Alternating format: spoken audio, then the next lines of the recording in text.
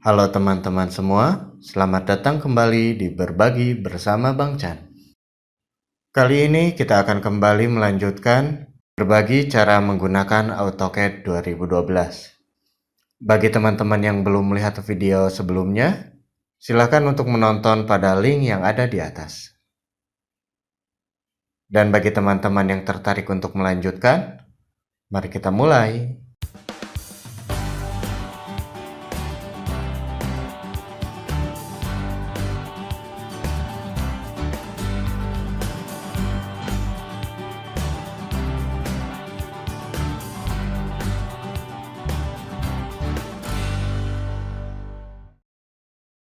Setelah kita mencoba menggunakan line untuk menggambar garis tegak lurus dan garis bersudut, selanjutnya kita akan coba menggambar menggunakan line dan polyline. Apa perbedaan dari kedua tools tersebut? Sebelum saya jelaskan, kita coba praktekkan terlebih dahulu. Kita buat pertama dengan garis line. Kita buat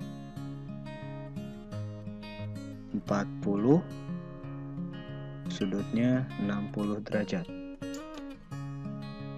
Ini terlalu kecil, kita coba zoom.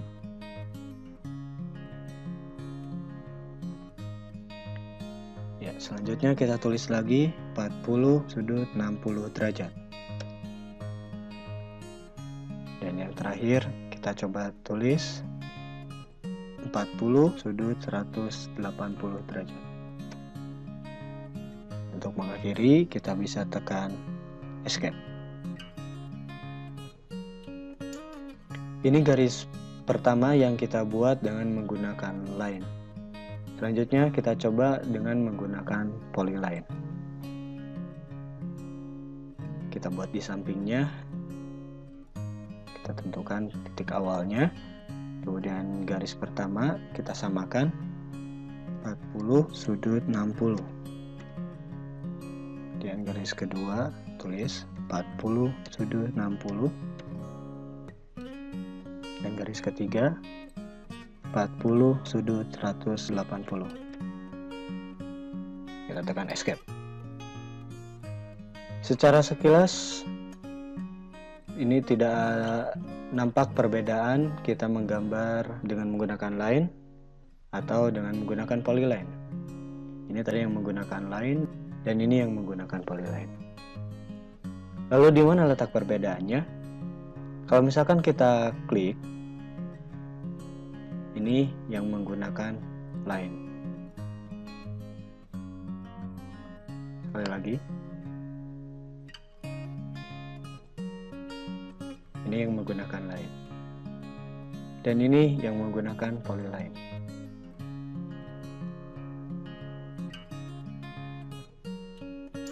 Jelas perbedaannya? Jika masih belum, kita coba sekali lagi. Ini yang menggunakan line. Dan ini yang menggunakan polyline.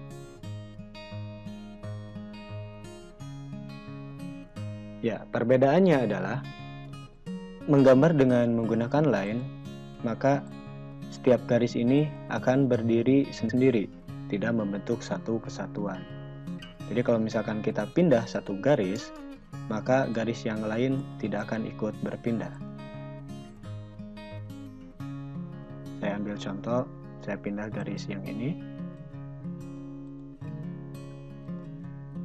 Maka garis yang lainnya tidak akan ikut berpindah. Sementara polyline, garis yang kita buat itu akan membentuk satu kesatuan yang utuh. Jadi kalau misalkan saya pindah,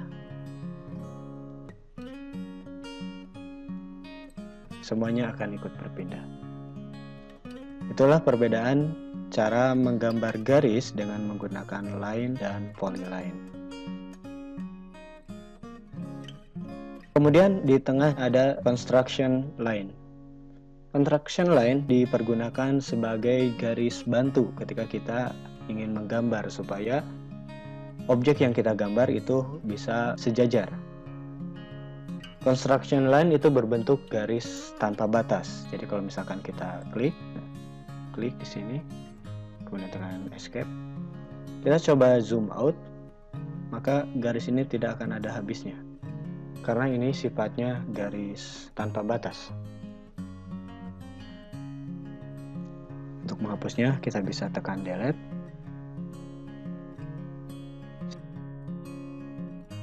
Setelah kalian mencoba, silakan kalian coba gambar yang ini. Kalian buat bentuk objek ini dengan menggunakan line ataupun polyline dengan nilai-nilai yang telah ditentukan.